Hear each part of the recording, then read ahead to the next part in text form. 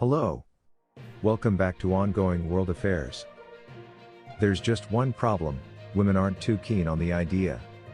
For more than 35 years, the ruling Communist Party strictly enforced a one-child policy, as the country tried to address overpopulation and alleviate poverty. But as the economy boomed, China found its population aging and its labor force shrinking.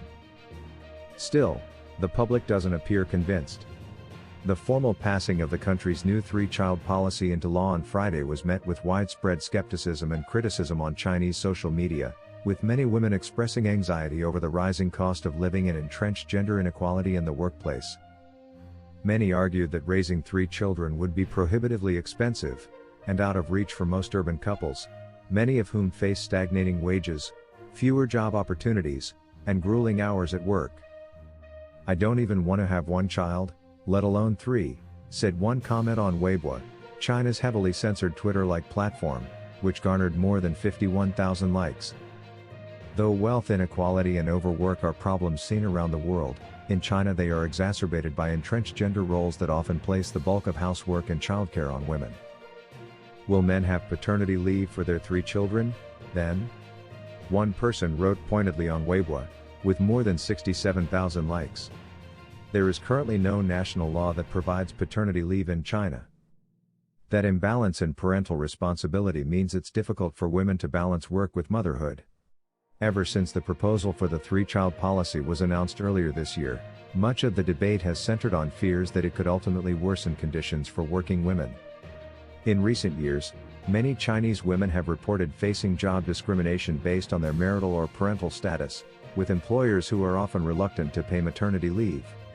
A report by Human Rights Watch earlier this year, which drew on studies, social media reports, news coverage, court documents, and interviews, found that women in some companies are told to wait their turn to take maternity leave. If they become pregnant ahead of schedule, they can be fired or punished. Unsurprisingly, many younger career-minded women in China have become increasingly disillusioned with traditions and institutions like marriage and childbirth.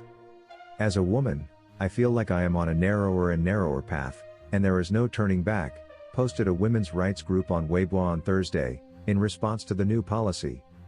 The Communist Party has acknowledged these issues and pledged to address them. The new amendment promises to protect women's right to employment, and says the government will work with the private sector to set up childcare facilities in public areas and workplaces, said state-run news agency Xinhua. The government will also roll out more supportive measures in terms of finance, taxation, insurance, education, housing and employment, to ease the burden on families, Xinhua added. The text of the amended family planning law isn't publicly available yet. Articles by Xinhua and other state-run media don't provide further specifics on how those protective measures will be implemented, such as whether there will be harsher penalties for employers who discriminate against mothers. Though a number of cities and provinces already provide some of the measures activists have called for, Shanghai offers 10 days of paternity leave, for instance, they are still too limited, and a far cry from the nationwide reform needed to lift the birth rate, some experts say. In 2019, the national birth rate hit its lowest level in 70 years since the founding of the People's Republic of China. The following year, the number of newborns dropped another 18%. That means the country, the world's most populous, with 1.4 billion residents, has seen its fertility rate sink from more than 5 births per woman to less than 2, in just 40 years. That's one of the lowest fertility rates in the world, on par with Japan and South Korea, both of which are also facing looming demographic crises. If the country can't protect women's rights, but only encourage childbirth, it doesn't matter if the maternity leave is 98 days or 3 years, it is equivalent to taking away their career, said Xu Zhao, a doctor in Shandong.